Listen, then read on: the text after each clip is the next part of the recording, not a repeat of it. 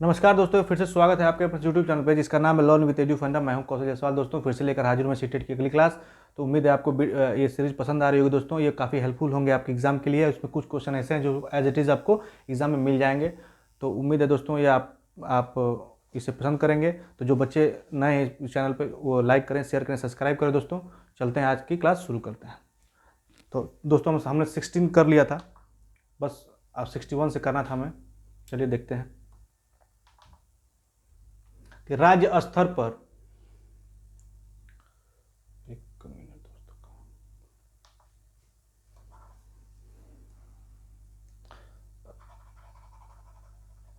राज्य स्तर पर कक्षा 1 से 8 तक की पाठ्यचर्चा का निर्माण करती है। बताएं दोस्तों, राज्य स्तर पर कक्षा 1 से 8 तक की पाठ्यचर्चा का निर्माण करती है SCERT, NCTT, NCERT या सीमेंट। तो दोस्तों ये तो बकवास ऑप्शन है।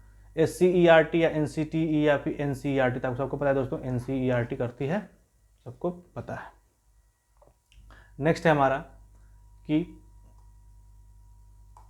आपकी कक्षा में आपकी कक्षा के बच्चों को उनकी अपनी अवधारणाओं को बदलने में आप किस प्रकार सहायता करेंगे।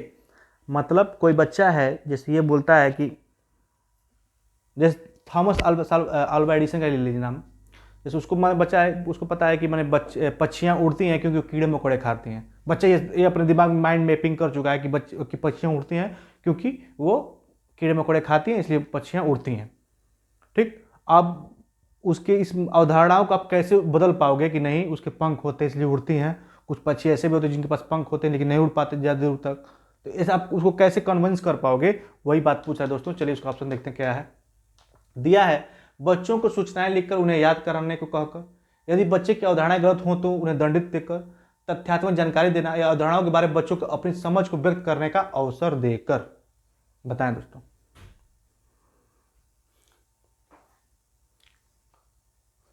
दोस्तों तो यहां पर देखिए, बच्चों को सूचनाएं लेकर उन्हें याद करने को कहकर, जो हमने बताया था दोस्तों, जहां भी याद करने वाला ऑप्शन हो उसको काट दीजिएगा। यदि बच्चे की अवधारणाएं गलत हो तो उन्हें दंड वाली बात भी मैंने बताया था, गाल काट दीजिएगा। तथ्यात्मक जानकारी देंगे उससे कोई मतलब नहीं। अवधारणाओं के बारे में बच्चों की अपनी समझ को व्यक्त करने का अवसर देकर, मतलब पहले बच्चे की बात को सुनिए, फिर आप अपने थॉट्स उसे बताइए, फिर उसको दोनों को, तब बच्चा रिलेट कर पाएगा हाँ क्या सही है क्या गलत है। ये ऑप्शन इज द बेस्ट। चलिए नेक्स्ट है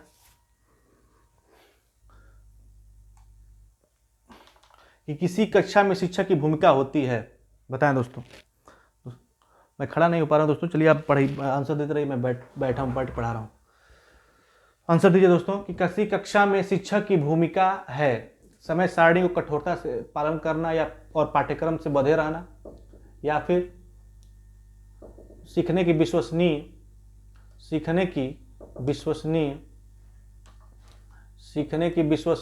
स्थितियों में जुटे रहना, या फिर और शिक्षार्थियों को छोटे चिंतन की सुविधा देना, या फिर अपने ज्ञान से शिक्षार्थियों को परिपूर्ण करना और उन्हें परीक्षा के लिए तैयार करना, या फिर डी सीधे तरीके से ज्ञान पहुंचाना और विद्यार्थियों को सही उत्तरों के लिए तैयार करना। बताएं दोस्तों, तो इसमें ऑप्शन कौन सा होगा।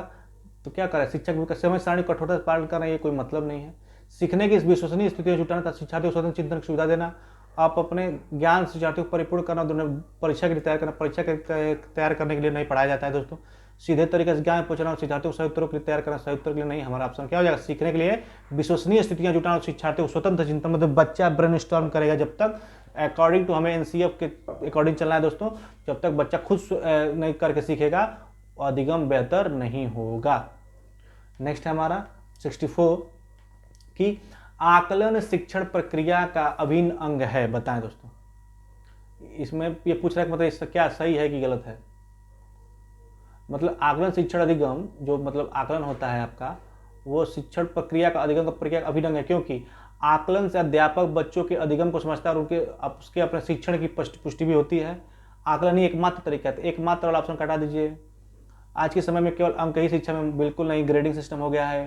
तो दोस्तों ये जो है आपका आकलन शिक्षण अधिगम प्रक्रिया का अभिन्न अंग है, क्योंकि आकलन से अध्यापक बच्चों के अधिगम को समझता है बिल्कुल, और उसके अपने शिक्षण की पुष्टि भी करता है। मतलब अगर मान लीजिए कोई अध्यापक है, उसने एक और 2 लेसन पढ़ा दिए मान लीजिए, और अगले यूनिट में उसको टेस्ट ले लिया, तो जो बच्चे अगर कुछ देखेगा कितने क्वेश्चन का बच्चे कर पा रहे हैं, किस लेसन का कर पा रहे हैं, तो बच्चों को टीचर को एक आइडिया मिल जाएगा कि मैंने इतना पढ़ाया तो इसमें बच्चों को 50% समझ में आया, 50% नहीं समझ में आया, तो पुनः वो एक उस लेसन को दोबारा पढ़ाएगा, दूसरा अच्छे से समझाएगा। हो सकता है जो टीचिंग मेथड उसको थोड़ा चेंज करके पढ़ाए तो बच्चों को ज़्यादा समझ में आए, इससे प्रश्न पुष्टि भी मिल जाती है अध्यापक को।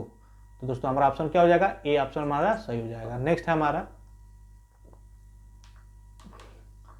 64 हो गया, 65 वाला, कि विभिन्न मुद्दों और विमर्शों पर उनके लिए कारण प्रस्तुत करते हुए बच्चों को अपनी व्यक्तिगत राय को व्यक्त करने के लिए प्रोत्साहित करने वाले प्रश्न किसको बढ़ावा देते हैं?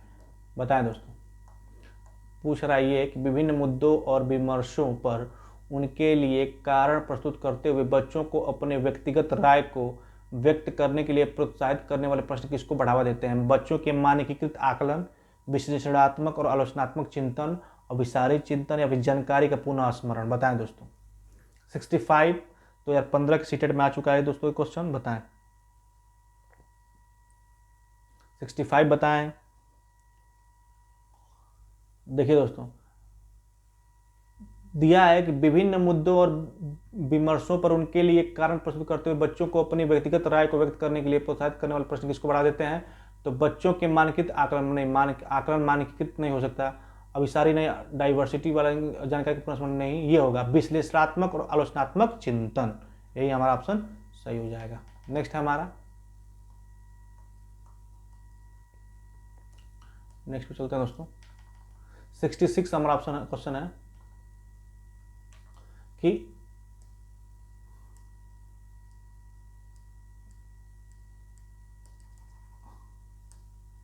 कि समान आयु के बच्चों में भी आकृति, योग्यता, स्वभाव, रुचि, प्रवृत्ति और अन्य बातों में बहुत अंतर होता है।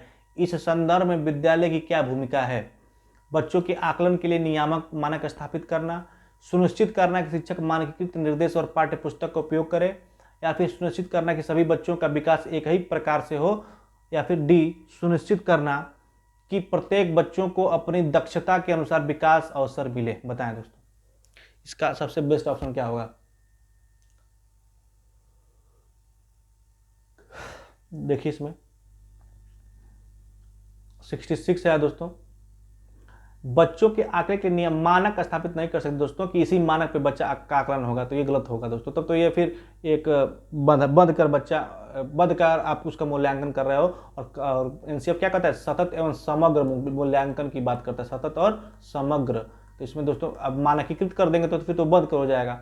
बी है सुनिश्चित करना कि शिक्षक का मानकीकृत और निर्देशक पाठ्य पुस्तकों द्वारा हो, बिल्कुल नहीं। केवल पाठ्य पुस्तक मैंने परीक्षा में पास कर लिया और अन्य किसी में नहीं है तो ठीक है। अब मान लीजिए कोई बच्चा परीक्षा में फेल हो गया, चाहे उसको नहीं उसका पढ़ने में, लेकिन हो सकता है खेलने में बढ़िया हो, फुटबॉल खेलने में, क्रिकेट खेलने में, अभी मैंने बताया था, तो उसका आकलन तो उसको आप डिमोरलाइज नहीं कर सकते कि वो और किसी फील्ड में बेटर नहीं कर सकता। तो दोस्तों ये भी गलत है। सुनिश्चित करना कि सभी बच्चों का विकास एक ही प्रकार से कैसे होता है? हो सकता है कोई बच्चे डाइवर्जेंट थिंकिंग हो, कोई कन्वर्जेंट थिंकिंग हो, कोई प्रतिभाशाली हो, कोई मूक हो, कोई मंद बुद्धि हो, तो बहुत सारे कारण हो सकते हैं दोस्तों। तो ये भी गलत है। हमारा ऑप्शन डी सही हो जाएगा कि सुनिश्चित करना कि प्रत्येक बच्चे को अपनी क्षमताओं के अनुसार विकास के अवसर मिले, जो जैसा बच्चे का की क्षमता हो सकता है कोई बच्चा पढ़ने में अच्छा हो तो पढ़ने का विकास अवसर मिले, जो बच्चा खेलने के लिए हो तो उसे खेलने में ज़्यादा समय दिया जाए। ये तमाम सारी बातें हैं, इसको आप याद रखिएगा दोस्तों। 67 है दोस्तों, निम्नलिखित में से कौन सा कथन सबसे बेहतर ढंग से वर्णन करता है कक्षा में बच्चों को प्रश्न पूछने के लिए क्यों प्रोत्साहित करना चाहिए? बताएं।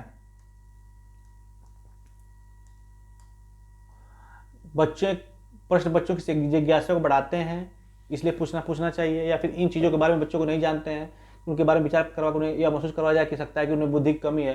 तो दोस्तों ये गलत बात है। बुद्धि की कमी कैसे बताएंगे आप? प्रश्न अन्योन्य क्रिया से द्वारा अधिगम को आगे बढ़ाता विकसनता की दिशा में। प्रश्न अन्योन्य क्रिया के द्वारा अधिगम को आगे बढ़ाते हैं तथा संकल्पनात्मक स्पष्टता की दिशा में बढ़ते हैं। और डी है बच्चों को अपने भाषा कौशल के अभ्यास की आवश्यकता होती है। बताएं दोस्तों।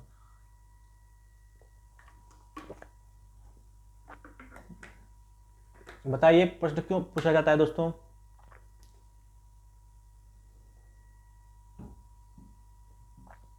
तो सारे ऑप्शन गलत हैं दोस्तों, ये सब बकवास है। इसमें एक ही बात है, प्रश्न बच्चों की जिज्ञासा को बढ़ाते हैं, यही ऑप्शन हमारा बेस्ट हो जाएगा। नेक्स्ट है हमारा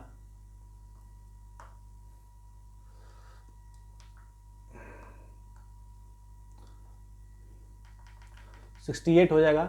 निम्नलिखित में से कौन सी आकलन पद्धति विद्यार्थियों की सर्वोत्तम क्षमता का विकास करेगी, पोषित करेगी या विकास करेगी, बताएं दोस्तों। कौन सा ऑप्शन होगा दोस्तों इसमें? निम्नलिखित में से कौन सी आकलन पद्धति विद्यार्थी की सर्वोत्तम क्षमता का विकास करेगी, मतलब कौन सा ऑब्जर्वेशन है? जब विद्यार्थियों को बहुविकल्पी प्रश्नों के माध्यम से किए गए परीक्षण के रूप में तथ्यों को दोहराने की आवश्यकता होती है, या फिर जब परीक्षा के अंकों और विद्यार्थी की योग्यता के बीच सकारात्मक सहसंबंध पर बल दिया जाता है, या सी जब संकल्पनात्मक परिवर्तन तथा विद्यार्थियों के वैकल्पिक समाधानों के आकलन की विभिन्न विधियों के द्वारा आंकलित किया जाता है जब कक्षा में विद्यार्थी के द्वारा प्राप्त किए गए। तो दोस्तों इसमें कौन सा ऑप्शन सही होगा बताएं। इसमें साफ दिख रहा है दोस्तों, जब विद्यार्थी को बहुविकल्पी प्रश्न तो उसमें वो कौन सा कर लेगा, तो दोस्तों ये तो गलत हो जाएगा, ये गलत है आपका, ये भी गलत है। सी ऑप्शन हमारा क्या हो जाएगा दोस्तों, सही हो जाएगा।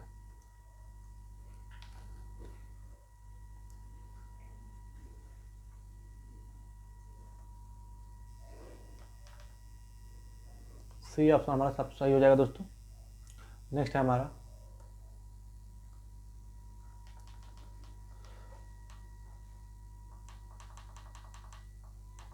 उच्च प्राथमिक विद्यालय की गणित अध्यापिका के रूप में आप विश्वास करती हैं कि, क्या करते हैं दोस्तों बताएं। उच्च प्राथमिक विद्यालय की गणित अध्यापिका के रूप में आप विश्वास करते हैं कि, बताएं। विद्यार्थियों की गलतियां उनके चिंतन की अंतर्दृष्टियां उपलब्ध कराती हैं, या फिर विद्यार्थियों को कार्य विधिक ज्ञान की आवश्यकता होती है चाहे वो संकल्पनात्मक आधार ही नहीं समझते हो। सी हमारा कि उच्च प्राथमिक विद्यालय के सभी बच्चों में गणित पढ़ाने की योग्यता नहीं होती, या फिर लड़के गणित को बिना अधिक प्रयास किए सीख जाएंगे क्योंकि यह जन्मजात विशेषता है तथा आपको लड़कियों के ऊपर अधिक ध्यान देने की आवश्यकता है। दोस्तों तो आपको सबसे पहले इसमें नेगेटिव आंसर हटा लीजिए, अब उसी तरह आपको आंसर मिल जाएगा। चलिए तो दिए इसमें दिया है डी, लड़कों को गणित बिना अधिक परिस्थिति से साफ उसको पढ़ने की आवश्यकता है दोस्तों, की उससे साफ दिख रहा है कि जेंडर बेस की बात कर रहा है। उच्च प्राथमिक विद्यालय के सभी बच्चों में गणित पढ़ने की योग्यता नहीं होती, गलत बात। इसमें योग्यता की बात ही नहीं पूछ रहा है दोस्तों, क्या पूछ रहा है वो पूछ रहा है कि आप विश्वास करने की बात कर रहे हैं कि गणित के अध्यापक के रूप में आप विश्वास करती हैं। विद्यार्थियों को कार्यविधिक ज्ञान की आवश्यकता होती है चाहे वो संकल्पात्मक आधार नहीं समझते हो, गलत। विद्यार्थियों की गलतियां उनके चिंतन में अंतर्दृष्टियां उपलब्ध करते, बिल्कुल। Trial and error theory Thorndike. तो दोस्तों ये ऑप्शन हमारा सही हो जाएगा ए। और 17 क्वेश्चन है दोस्तों आज का, कि गतिविधि आधारित शिक्षण बल देता है, किस पर बल देता है दोस्तों? सभी विद्यार्थियों को सक्रिय भागीदारी पर बल देता है, निश्चित अवधि में गतिविधि पूरा करने में, खेलने में, अनुशासित कक्षा में। सबको पता है दोस्तों अकॉर्डिंग टू एनसीएफ 2005 कि सभी विद्यार्थियों की सक्रिय भागीदारी पर मतलब लर्निंग बाय डूइंग पर बल देता है। नेक्स्ट है हमारा कि विज्ञान कला एवं प्रदर्शनियां क्या है दोस्तों, बताएं इसका।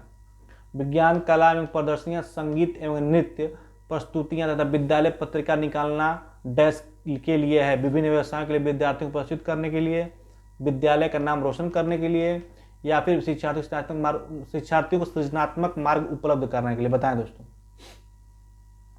क्यों है। तो सबको पता है दोस्तों इसमें एक ही ऑप्शन हो सकता है, क्या कि बच्चों के सृजनात्मक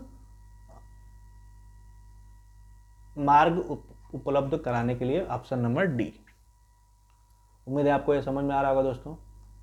नेक्स्ट है हमारा 72 है कि ज्ञान रचनात्मक सिद्धांत आधारित शिक्षण का आधार है, बताएं दोस्तों क्या है। ज्ञान रचनात्मक सिद्धांत आधारित शिक्षण का आधार है, करके सीखना, अध्यापक को सुनना, कथा वस्तु को दोहराना, अध्यापक शिक्षार्थी के संबंध। तो दोस्तों संबंध से कोई मतलब नहीं है, करके सीखना क्या है, रचनात्मकता का बेस्ट ऑप्शन है, यही हमारा ऑप्शन भी हो जाएगा और ये सबसे सटीक आंसर है। नेक्स्ट है हमारा, जल्दी जल्दी दोस्तों करेंगे।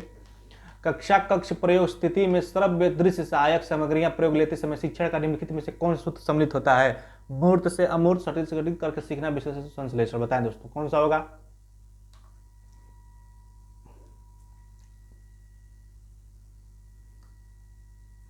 तो दोस्तों आपको पता है कि सरल से जटिल नहीं, करके सीखना तो जब प्रत्यक्ष हो, विश्लेषण से नहीं, मूर्त से अमूर्त, जो चीजें बच्चा देख नहीं सकता है उसको आप क्या कर सकते हैं? दिखाएं, सब दृश्य मूर्त से मतलब सामने दिखाएं, फिर उसको अमूर्त वाली बात करें।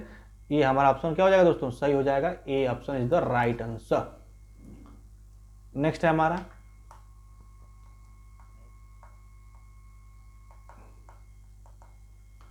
वैज्ञानिक पूछताछ के प्रतिपादक हैं। बताएं दोस्तों कौन है?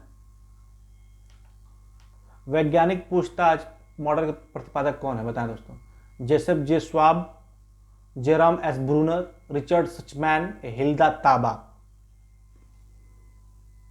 बताएं दोस्तों कौन है? तो दोस्तों कौन है? Richard Suchman. इसको एकदम याद कर लीजिएगा, इंपॉर्टेंट है आप लोगों के लिए, इसको एकदम याद कर लीजिएगा दोस्तों। कौन है? वैज्ञानिक पूछताछ मानी परिप्रेक्ष्य मॉडल के प्रतिमान प्रतिपादक कौन है? रिचर्ड सचमैन। 5075 है, किस आदर्श के अनुरूप व्यवहार को ढालने की प्रक्रिया को कहा जाता है? किसी आदर्श के अनुरूप व्यवहार को ढालने की प्रक्रिया को कहा जाता है? शिक्षण व्यूहरचना, शिक्षण प्रतिमान, शिक्षण उपागम या शिक्षण नीति। बताएं दोस्तों।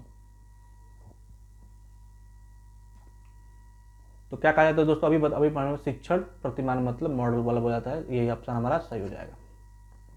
नेक्स्ट चलते हैं 76 पे कि शिक्षण प्रतिमान के तत्व हैं लक्ष्य एवं उद्देश्य, उद्देश्य एवं संरचना, सामाजिक प्रणाली एवं मूल्यांकन या उपरोक्त सभी। बताएं दोस्तों क्या है? तो दोस्तों शिक्षण प्रतिमान के तत्व क्या है? उद्देश्य एवं लक्ष्य भी है, उद्देश्य एवं संरचना भी है, सामाजिक प्रणाली एवं मूल्यांकन भी। इसलिए हमारा ऑप्शन क्या हो जाएगा? D option is the right answer. शिक्षण प्रतिमान दोस्तों सब बहुत ही फैक्ट बेसिस हैं, इसको याद कर लीजिएगा, ये इंपॉर्टेंट हो रहा है। ये वाला सब क्या है दोस्तों? ये इंपॉर्टेंट क्वेश्चन है, इसको आप एज इट इज याद कर लीजिएगा। कौन से अवयव को सुकराती विधि भी कहा जाता है? मतलब कौन से नियम को इसमें अवयव को सुकराती विधि कहा जाता है? बताएं दोस्तों किसको कहा जाता है? तो प्रश्नोत्तर, आपको पता है कि सुकरात ने प्रश्नोत्तरी विधि का निर्माण किया था, तो इसको यही हो जाए। प्रश्नावली विधि का दोस्तों कौन किया था? वुडवर्थ। वुडवर्थ ने कौन सा किया था दोस्तों? प्रश्नावली। आपको सबको पता है दोस्तों, तो ये आपका प्रश्न व्यू उत्तर व्यू हो जाएगा। नेक्स्ट है निम्नलिखित में से समस्या समाधान को क्या बाधित नहीं करता है? मानसिक प्रारूपता, मोर्चाबंदी, निर्धारण, अंतर्दृष्टि। तो दोस्तों अंतर्दृष्टि से ही क्या है आपका समस्या का समाधान को बाधित नहीं करता। किसी अंतर्दृष्टि मतलब क्या होता है दोस्तों? Gestalt, sorry gestalt. जैसे कौन कौन है? कोफका है, कोहलर है, ये सब क्या है दोस्तों? गेस्टाल्टवादी हैं। तो अंतर्दृष्टि में सूझ जो है, तो अंतर्दृष्टि का मतलब क्या होता है दोस्तों? सूझ। ये कभी बाधित नहीं करता है समस्या समाधान में।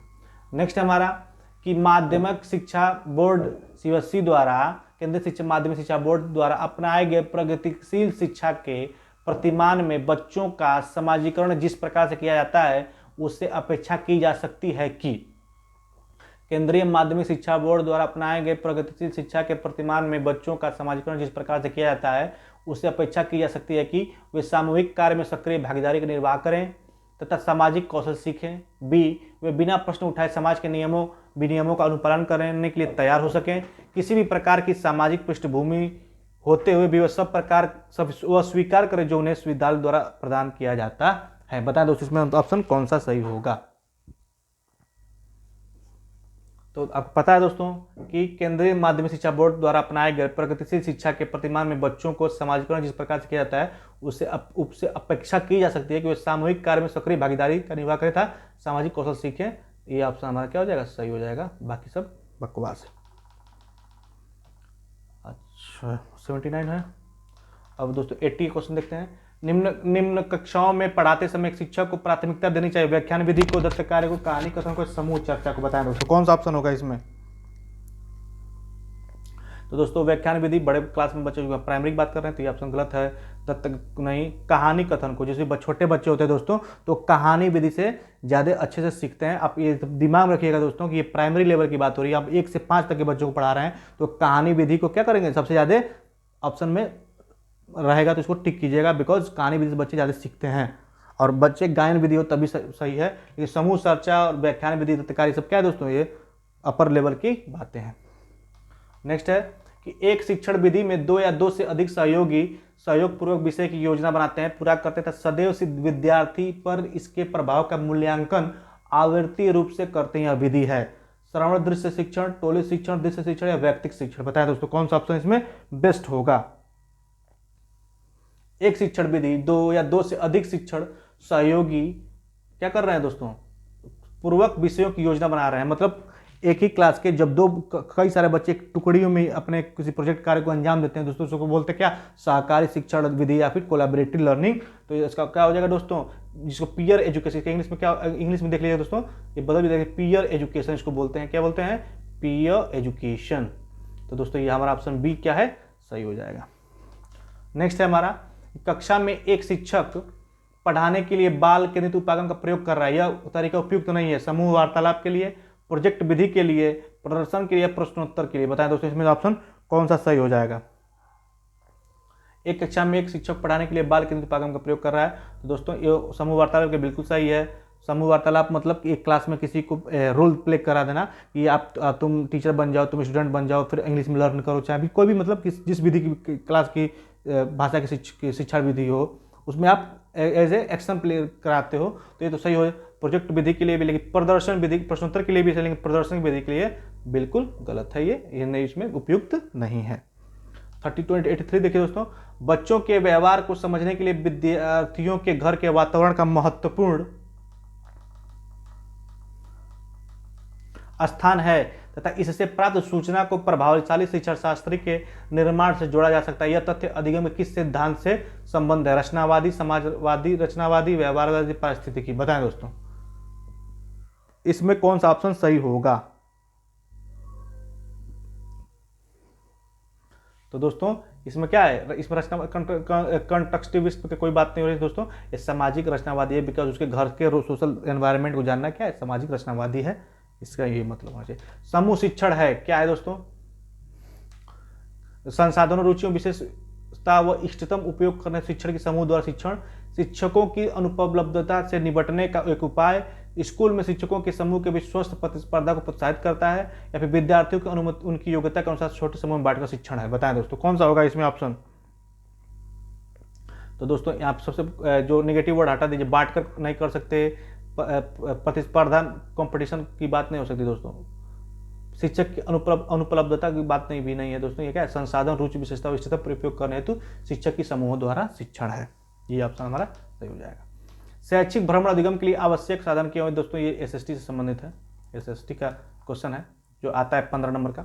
यह रटने की आदत को विकास करता है, गलत बात। पाठ्यचर्चा समूह पर पूर्ण होती है, यह कल्पना शक्ति को विकास करता है, भ्रमण स्थान पर प्राप्त का स्थान होता है, बिल्कुल। जो आप बच्चा मूर्त रूप से जो देखेगा, जो चिड़ियाघर देखेगा, चाहे जो जानवर को देखेगा, चाहे किसी हिस्टोरिकल प्लेस पे आप लेके जा रहे हो, तो क्या होता है, ज्ञान अस्थायी होता है।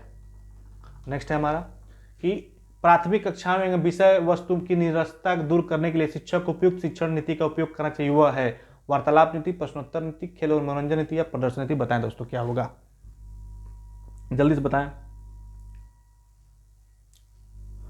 तो प्राथमिक कक्षाओं में विषय वस्तु की निरस्तता को, मतलब कोई क्लास बोरिंग हो रही है तो उसे आप क्या करते हो, तो उसे वार्तालाप नीति तो और बोरिंग हो जाएगी, प्रश्नोत्तर और बोरिंग हो जाएगी, तो क्या होगा दोस्तों, खेल और मनोरंजन नीति, मतलब खेल खेल में बच्चों को, छोटे छोटे बच्चों को पढ़ा देना। जैसे ना होता है कि हम छोटे थे, बड़ी मोटे थे, राइमिंग करके, एक्शन करके, छोटे देखते हो आप छोटे छोटे क्लास में LKG वाले बच्चों को, मम्मी मारती थी, हम रोते थे, ऐसे करके आम खाए मिट्ठू लाल, ऐसे करके जब मैंने कविता कहानी के माध्यम से बच्चों को सिखाना जब से ज़्यादा, तो क्या होता है, बच्चे सीख भी जाते हैं, उन्हें बोरियत भी महसूस नहीं होती। इसलिए कहानी विधि, गायन विधि, ये सब क्या है, छोटे बच्चों के लिए सबसे बेस्ट ऑप्शन है। इसीलिए आप देखे होंगे जो बच्चों की छोटी छोटी किताबें होती है, काफ़ी रंगीन होती हैं, उसमें खूब अच्छे से डिजाइन बने होते हैं ताकि बच्चा अट्रैक्ट होता है पढ़ने के लिए। 87 क्या है, निम्नलिखित में से कौन सी संज्ञानात्मक क्रिया दी गई सूचना के विश्लेषण के लिए प्रयोग में लाई जाती है, वर्णन करना, पहचान करना, अंतर करना या वर्गीकृत करना। बताएं दोस्तों इसमें ऑप्शन कौन सा सही होगा। तो दोस्तों वर्गीकृत निम्नलिखित में कौन सा क्रिया में की सूचना विशेषण के लिए। देखिए दोस्तों एक होता है संश्लेषण, एक होता है क्या दोस्तों संश्लेषण, मतलब जानकारी को क्या करना, इकट्ठा करना, मतलब इकट्ठा करना इसका अर्थ होता है, एकदम यहीं पर नोट कर लीजिए। और विश्लेषण मतलब क्या होता है दोस्तों, वर्गीकृत करना, मतलब किसी चीज को बांटना। जब किसी चीज को जानकारी को इकट्ठा करना संश्लेषण, मतलब किसी चीज को किसी भी आंकड़े को इकट्ठा करना क्या होता है, सिंथेसिस करना मतलब क्या होता है, इकट्ठा करना। और विश्लेषण मतलब क्या होता है, वर्गीकृत करना मतलब एनालाइज करना, उसको बिखेरना, माने बांटना, समूह समूह में बांट देना। तो क्या होता है दोस्तों वर्गीकृत करना, ये क्या है आपका विश्लेषण है। तो हमारा ऑप्शन क्या हो जाएगा, D is the right option. Next है हमारा कि आपकी कक्षा में एक बच्चा रोज आपको परेशान करने के लिए अप्रासंगिक प्रश्न पूछता है, आप क्या करोगे। प्राचार्य से शिकायत करेंगे, उसे डांटेंगे, उसे बातचीत करेंगे, उसे माता पिता से शिकायत करेंगे। बताइए क्या करेंगे। तो दोस्तों डांटेंगे, शिकायत करेंगे तभी वो पूछेगा, डांटना नहीं है आपको, उसके माता पिता शिकायत नहीं करना है। अब उसे बातचीत करो, भाई तुम्हारी क्या दिक्कत है, क्या परेशानी है, उसे अच्छे समझाओ। हो सकता है कि वो अपनी आपको बात आपको बता दे, फिर उसकी समस्या समाधान कर दीजिए। तो उसे आप बात कीजिए, उसे डांटिए मत, मारिए मत, उससे शिकायत मत कीजिए, उससे पहले बातचीत कीजिए, उसे अकेले बुलाइए, बात कीजिए, क्लास से बाहर बात कीजिए या कहीं बात कीजिए, लेकिन उससे बात कीजिए कि आपकी दिक्कत क्यों ऐसा प्रश्न पूछते हो सकता है उसको वो जेन्युइन प्रश्न हो उसका, तो उसका जवाब दीजिए। अगला है निम्न में से कौन सा सर्वविदित सामग्री का उद्देश्य शिक्षण को प्रभावशाली बनाना। तो दोस्तों उसी तरह समझ में सही है, छात्रों में सृजनात्मक उत्पन्न करना, बिल्कुल। छात्रों को क्रियाशील बनाना, बिल्कुल। और क्या है इसमें, विषय वस्तु में अरुचि उत्पन्न करना, जी नहीं, ये नहीं है। तो 1 2 3 हमारा ऑप्शन सही हो जाएगा। 1 2 3 हमारा ऑप्शन क्या हो जाएगा दोस्तों, सही हो जाएगा। अगला है आज का लास्ट क्वेश्चन दोस्तों कि एक अच्छा विद्यालय निम्न में से किससे बचता है। सामाजिक जिम्मेदारी से, लैंगिक समानता से, लैंगिक पक्षपात से। तो इसमें कोई बताने की नहीं दोस्तों, लैंगिक पक्षपात से क्या होता है, वो बचता है, क्या करता है, बचता है। मतलब कि ये लड़का बेटर है लड़कियों से, लड़की बेटर है लड़कों से। तो ये हमारा क्या है दोस्तों, ये ऑप्शन सही हो जाएगा। तो उम्मीद है आपको वीडियो पसंद आएगी दोस्तों। अगर वीडियो पसंद आई तो लाइक करें, शेयर करें, सब्सक्राइब करें और मिलते हैं दोस्तों नेक्स्ट क्लास में। तब तक के लिए पढ़ते रहें, सुरक्षित रहें।